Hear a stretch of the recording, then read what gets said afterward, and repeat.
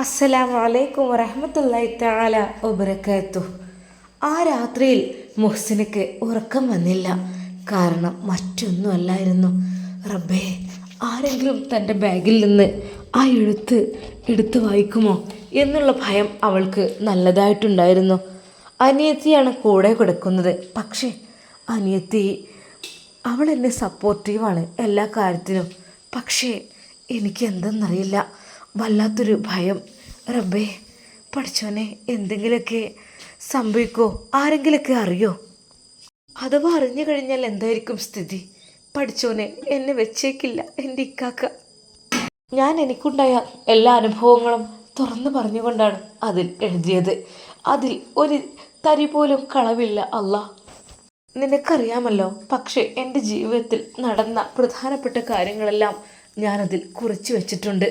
അത് എന്തൊക്കെ തന്നാലും വേണ്ടില്ല, അത് എൻ്റെ ഭർത്താവിനെക്കുറിച്ചും ഭർത്താവിൻ്റെ ഉമ്മയെക്കുറിച്ചും ഉപ്പയെക്കുറിച്ചും എല്ലാം ഞാനതിൽ എഴുതിയിട്ടുണ്ട്. എന്തൊക്കെ തന്നാലും വേണ്ടില്ല, അത് എത്തേണ്ട ആളുകളുടെ അടുക്കൽ എത്തിയില്ലെങ്കിൽ ഇനിയും എനിക്കെൻ്റെ സിനുവിനെ നഷ്ടപ്പെടും, ഉറപ്പാണ്. സാറ് വിചാരിച്ചതുപോലെ അങ്ങനെ മറ്റുള്ള ആരെങ്കിലുമൊക്കെ വിചാരിച്ചു കഴിഞ്ഞാൽ അതും വലിയ പ്രശ്നമായിരിക്കും. സത്യം പറഞ്ഞാൽ എനിക്ക് ആകപ്പാടെ ഒരു ടെൻഷനാണ്. അവൾ ആ എഴുത്ത് തൻ്റെ ബാഗിൽ, പഠിച്ചോനെ അതെങ്ങാനും വേണ്ട. പെട്ടെന്ന് അതാ അനിയത്തി വിളിക്കുന്നു. ഇത്താത്ത. ആ എന്താ മോളെ? ഇത്താത്ത എന്താ ഉറങ്ങാത്തത്? ഒന്നുമില്ല. എന്താ ഇത്താത്ത, അവയോ ഉറങ്ങിക്കോളി, സമയം എത്രയായി? മോളെ അത് ഇത്താത്താക്ക് സാരല്ല ഇത്താത്ത, നിങ്ങൾ ഉറങ്ങിക്കോളി, ദിക്റുകൾ ചെല്ലാൻ ഉറങ്ങിക്കോളി, അപ്പാണ് ഉറക്കം വന്നോളും. സത്യം പറഞ്ഞാൽ അവൾക്ക് നല്ല പേടിയുണ്ടായിരുന്നു. റബ്ബേ, എന്തൊക്കെ സംഭവിക്കും ആവോ? എഴുത്തിൽ എഴുതിയത് അവൾ വീണ്ടും വീണ്ടും ഓർത്തു. എല്ലാം എഴുതിയത് തന്നെ. ഇനിയും ഇതെല്ലാം ഒളിപ്പിച്ചു വെക്കാൻ എന്നെ കൊണ്ടാവില്ല. അതുകൊണ്ട് എല്ലാം അങ്ങോട്ട് തുറന്നു എഴുതിയിട്ടുണ്ട്. പിന്നെ സാറ് പറഞ്ഞതുപോലെ തന്നെ, അജ്മൽ സാർ പറഞ്ഞതുകൊണ്ട് മാത്രമാണ് എനിക്ക് ഇങ്ങനൊരു ബുദ്ധി തോന്നിയത്. അതല്ലെങ്കിൽ ഒരിക്കലും എനിക്ക് ഇങ്ങനെ കഴിയില്ലായിരുന്നു. ഞാനിതിൻ്റെ ഉള്ളിലിങ്ങനെ പേടിച്ച് എൻ്റെ എല്ലാം നഷ്ടപ്പെട്ടുകൊണ്ട് അങ്ങനെയായിരിക്കും. എന്തൊക്കെ തന്നെയാലും പഠിച്ചോനെ, നീയായിട്ടാണ് അജ്മൽ സാറിനെ എനിക്ക് കാണിച്ചു തന്നത്. എങ്ങനെയൊക്കെയോ ആ രാത്രിയിൽ അതാ മുഹ്സിന തള്ളി നീക്കുന്നു. എന്നാൽ അജ്മൽ സാർ തൻ്റെ വീട്ടിൽ തൻ്റെ വിവാഹത്തെക്കുറിച്ച് വീട്ടിൽ നിന്ന് എല്ലാവരും പറഞ്ഞുകൊണ്ടിരിക്കുകയാണ്. അജ്മലെ, നിൻ്റെ കൂടെയുള്ളവർക്ക് പെണ്ണ് കെട്ടി കുട്ടികളായിട്ടോ, നീ എന്തെങ്കിലും നോക്കി നിൽക്കുന്നത്? ഉമ്മ, നമുക്കൊത്തത് കിട്ടുമ്പോഴല്ലേ ഉമ്മ അതൊക്കെ നോക്കിയെടുക്കുക. ഇനി എന്ന് ഒത്തത് കിട്ടുമെന്ന് വിചാരിച്ചിട്ട് എൻ്റെ പൊന്നു മോനെ ഒന്ന് ആലോചിച്ച് നോക്ക്. എന്താ ഇതിൻ്റെയൊക്കെ കഥ? അജ്മൽ സാറിൻ്റെ അനിയൻ്റെ നിക്കാഹ് കഴിഞ്ഞിട്ടുണ്ട്. എടാ, മറ്റൊൻ്റെ നിക്കാഹ് കഴിഞ്ഞതാണ്. ഓനോൻ്റെ പെണ്ണിനെ കൂട്ടിക്കൊണ്ടുവരുന്നതിന് മുമ്പായിട്ട് നിനക്കും ഒന്ന് സെറ്റാക്കി കൂടെ? എനിക്ക് പറ്റില്ലെന്നെ ബ്രോക്കറോട് പറ. ഉമ്മ, എനിക്കതിന് താല്പര്യമില്ല. ബ്രോക്കർമാരോട് പറഞ്ഞ് അവരില്ലതും ഇല്ലാത്തതൊക്കെ പറഞ്ഞ് പിന്നെ എന്താടാ മോനെ, എൻ്റെ കുട്ടിക്ക് 27 വയസ്സായി, എൻ്റെ അനിയന് 24 ആയിട്ടുള്ളൂ. അപ്പോഴേക്കുതാ നിക്കാഹ് കഴിഞ്ഞു. നീ എന്താ മോനെ ഇങ്ങനെ? ഉമ്മക്ക് ആകെ വേവലാതിയായിരുന്നു. എന്നാൽ ഇതിനു മുമ്പായിട്ട് ഉമ്മ വിവാഹകാര്യം പറയുമ്പോൾ അജ്മൽ സാർ പറഞ്ഞിരുന്നു, ഉമ്മ അതൊക്കെയുണ്ട്, അതിൻ്റെ സമയമാകുമ്പോൾ എത്തും. മോനെ, അങ്ങനെ ഉണ്ടെന്ന് പറഞ്ഞാൽ മനസ്സിലാവുമോ? അത് ആളെ കണ്ടെങ്കിലല്ലേ ഒന്ന്. ഉമ്മ, ഞാൻ കണ്ടതാണ്, എനിക്ക് കുഴപ്പമൊന്നുമില്ല. നിൻ്റെ കണ്ണിന് ഇഷ്ടപ്പെട്ടിട്ടുണ്ടെങ്കിൽ പിന്നെ വേറൊന്നും നോക്കേണ്ട ആവശ്യമില്ല.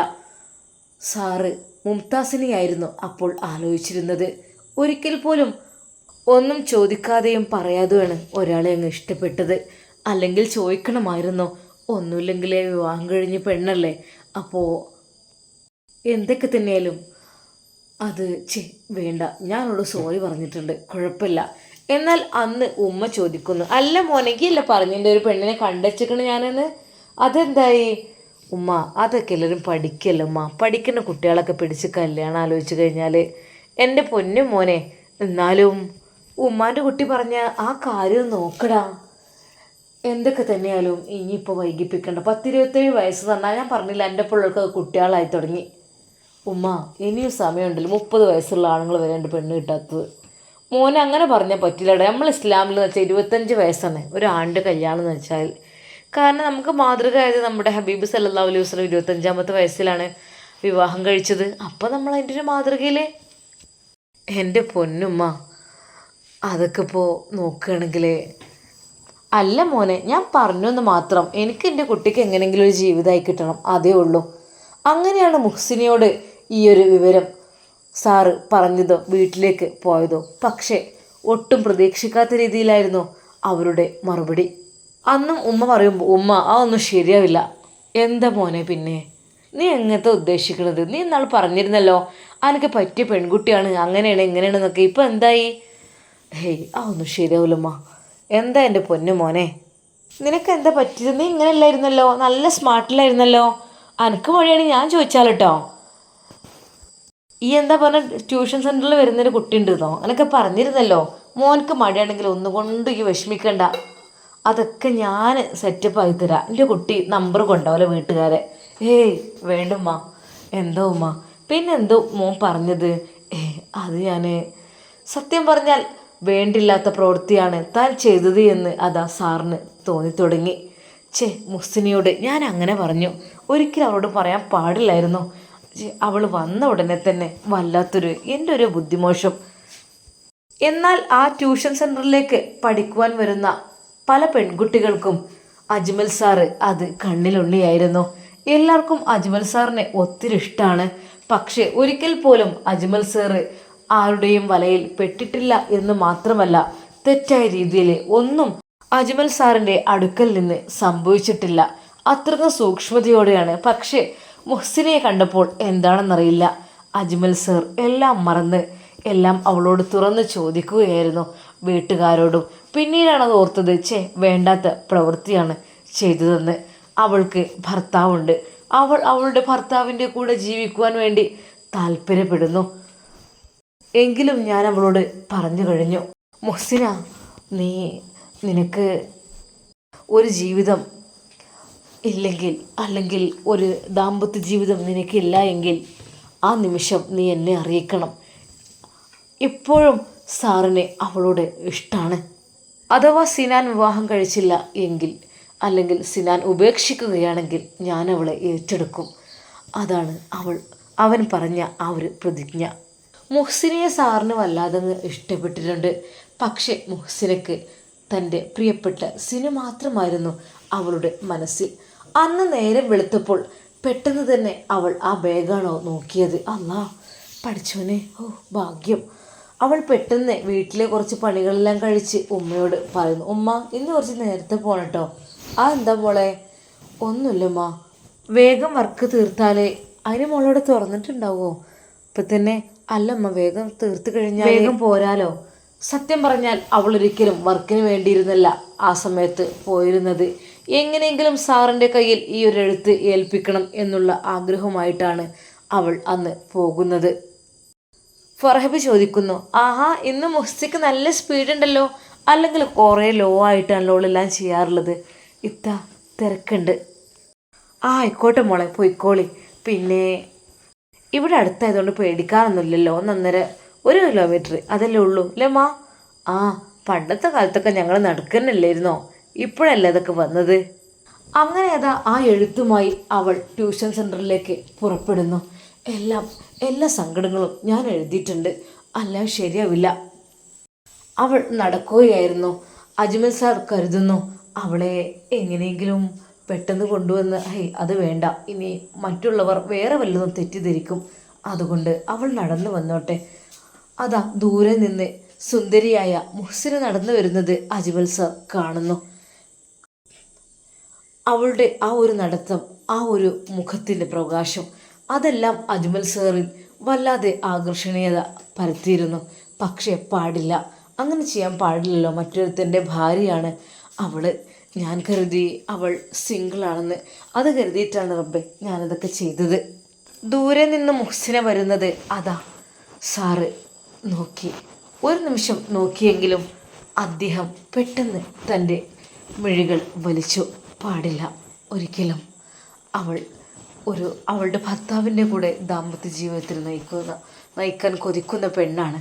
അവൾ ഒരിക്കലും മറ്റൊരു രീതിയിൽ കാണാൻ പാടില്ല. എന്താണെന്നറിയില്ല, അവളുടെ മുഖം നമ്മുടെ മനസ്സിൽ വല്ലാതെ കൊണ്ട് പതിഞ്ഞു പോയി റബ്ബേ. അതുകൊണ്ടാണ് ഞാനിങ്ങനെ. മുഹ്സിന നടന്നെടുത്തു. സാർ അവളുടെ മുഖത്തേക്ക് കാര്യമായിട്ടൊന്നും നോക്കിയില്ല, അലക്ഷ്യമായി. പെട്ടെന്ന് Muhsina, sir good morning. Good morning. എന്തായി? എന്തെങ്കിലും എഴുതിയിട്ടുണ്ടോ? ഇതാ. അവൾ തൻ്റെ ബാഗിൽ നിന്ന് ഒരു കത്തെടുത്ത് അതാ അദ്ദേഹത്തിൻ്റെ നേരെ നീട്ടുന്നു.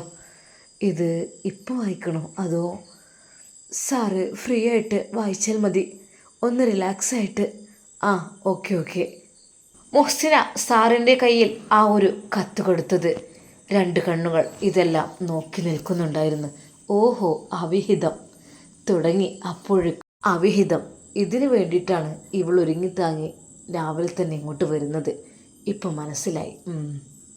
പാവം മുഹ്സിനയും സാറും ഒന്നും അറിയുന്നില്ല. പെട്ടെന്ന് ഒരു ഫോൺ കോൾ അതാ അല്പം മാറി നിന്നുകൊണ്ട് അവളുടെ ആങ്ങളുടെ ഫോണിലേക്ക്. ഹെടാ ഫിറോസേ. എന്തടാ? നടക്കട്ടെ. പെങ്ങൾ നല്ല ബിസിനസ് തുടങ്ങിക്കണല്ലോ. ബിസിനസ്സോ? എന്ത് ബിസിനസ്? അല്ല, പഴയ കെട്ടിയവൻ പോയപ്പോൾ പുതിയ ഒരുത്തനെ കണ്ടുപിടിച്ചു അല്ലേ? എത്ര പെട്ടെന്നാണ്! ഇങ്ങനെയൊക്കെ പെൺകുട്ടിക്ക് കഴിയോ? മുഹ്സിനയുടെ ആങ്ങളുടെ രക്തം തിളച്ചു കയറി. എന്താണ് നീ കണ്ടത്? പറ. അത് എഴുത്തും കുത്തും എന്തൊക്കെയാണ് കൈമാറുന്നത്? ഇതിനൊക്കെ എന്ത് പേരെ വിളിക്കുക? അവിഹിതം അല്ലാതെന്താ? എന്താണ് പറഞ്ഞത്? എന്താ നീ കണ്ടത്? എടാ, ഈ ട്യൂഷൻ സെൻ്ററിൽ എനിക്കിവിടെ ചെറിയൊരു വർക്ക് ഉണ്ടായിരുന്നു.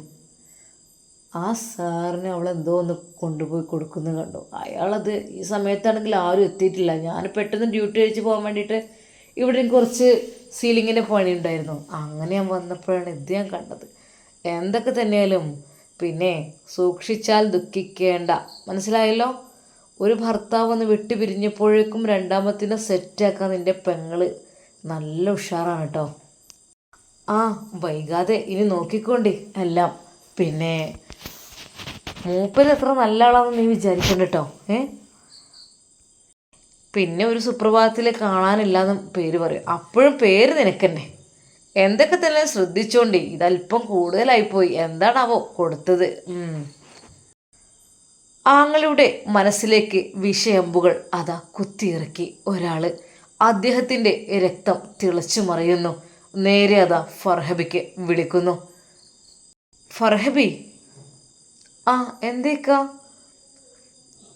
എവിടെ മുഹ്സിന? അവൾ ട്യൂഷന് പോയി. ഇത് നേരത്തെ പോയോ? അവൾ ഇന്ന് കുറച്ച് നേരത്തെ പോയിട്ടുണ്ട്. അവൾക്ക് ഡ്യൂട്ടി പെട്ടെന്ന് കഴിഞ്ഞിറങ്ങാൻ വേണ്ടിയിട്ട്. ഡ്യൂട്ടി എന്താ ഞാനിതിന് പറയാ? എന്തേക്കാ? എന്തെങ്കിലും പ്രശ്നം? അവൾ എപ്പോഴാണ് പോയത്? ഇന്ന് കുറച്ച് നേരത്തെ ഇറങ്ങിയിട്ടുണ്ട്. പതിവിലും കുറച്ചൊരു ഒരു അരമണിക്കൂറൊന്നുമല്ല, ഒരു 20 മിനിറ്റ് മുമ്പ്. എന്ത് പ്രശ്നം? ഒന്നുമില്ല. ഇനി എന്ത് പ്രശ്നമാകാൻ? നിങ്ങളെല്ലാവരും കൂടി എന്തേക്കാ? എന്ത് സംഭവിച്ചത്? എന്തായിട്ട് ഇത് സംഭവിക്കുക? നാട്ടുകാരെന്തൊക്കെ പറയണത് നിനക്കറിയോ? പഠിച്ചോനെ, അവൾ അങ്ങനത്തെ കുട്ടിയൊന്നും അല്ലല്ലോ. അവൾ അങ്ങനത്തെ കുട്ടിയാണോ അല്ലെന്നല്ല ഇവിടെ വിഷയം. നാട്ടുകാരെ വായിലൊന്ന് കേൾക്കാൻ തുടങ്ങി. നിങ്ങളായിട്ടാണത് ഉണ്ടാക്കിയെടുത്തത്. അതേ ഫർഹബി, ദയവായി നീ പോയിട്ട് അവളെ ട്യൂഷൻ സെൻ്ററിൽ നിന്നും കൂട്ടിക്കൊണ്ടുവരണം. ഞാൻ നിന്നോട് അത്രയ്ക്കും താഴെട്ടാണ് പറയുന്നത്. അല്ലെങ്കിൽ ഞാൻ ഇളകി അങ്ങോട്ട് പോകും. എൻ്റെ കൈ വിറക്കണുണ്ട്. അവിടെയുള്ള അജ്മൽ സാർ എന്ന് പറഞ്ഞ ഒരുത്തനുണ്ടല്ലോ, അവനെ ഞാൻ അടിച്ച് പൊട്ടിക്കും ഞാൻ. ഫർഹബി, മര്യാദക്ക് പോയിട്ട് അവളെ കൂട്ടിക്കൊണ്ടുപോവാ. ഇക്ക, നിങ്ങൾ എന്തേ പറയണത്? ഒരു സ്ഥാപനത്തിൽ നിന്ന് അങ്ങനെ പിടിച്ചു വലിച്ച് അവൻ്റെ കൂടെ അവൾ ജോലി ചെയ്യേണ്ട. അത് ഞാൻ സമ്മതിക്കൂല.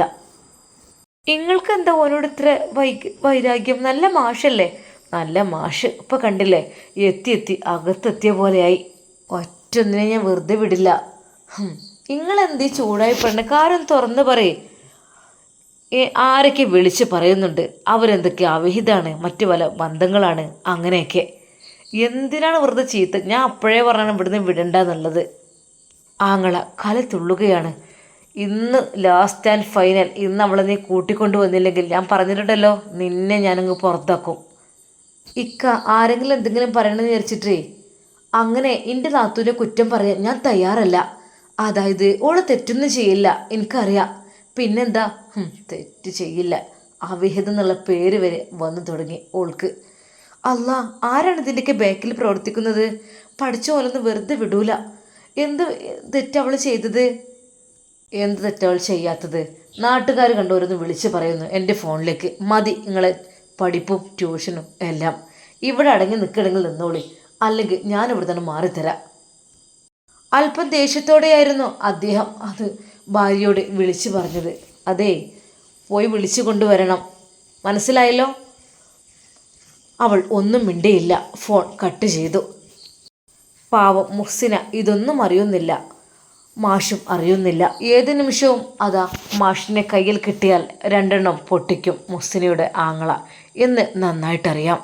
എന്തൊക്കെ തന്നെയാലും നമ്മുടെ മുഹ്സിനയുടെ ജീവിതം എന്തായിത്തീരും നമുക്ക് അടുത്ത എപ്പിസോഡുകളിൽ കാണാം. അതുവരേക്കും എല്ലാവർക്കും അസ്സലാമു അലൈക്കും വറഹ്മത്തുള്ളാഹി തആല വബറകാതുഹു.